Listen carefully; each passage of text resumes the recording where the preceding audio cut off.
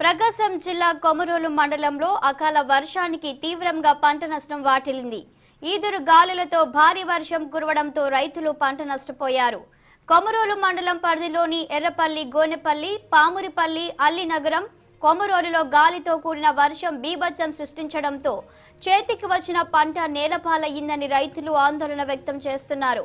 సుమారు 50 ఎకరాల మేర అరటి, బొప్పాయి, జామ పంటలకు అపార నష్టం వాటిల్లిందని రైతులు వాపోయారు. ప్రభుత్వం తమను ఆదుకోవాలని రైతులు కోరుతున్నారు. చేతికొచ్చే టయానికి నిన్న పడ్డ గాలి వానకు అంత ఇరిగిపోయి అంత పడిపోయాయి. ఒక్క మొక్క లేదు. 2 ఎకరాలు సగం పడి సగం పడినాదని కాదు, 2 ఎకరాలు పూర్తిగా ధ్వంసం అయిపోయింది.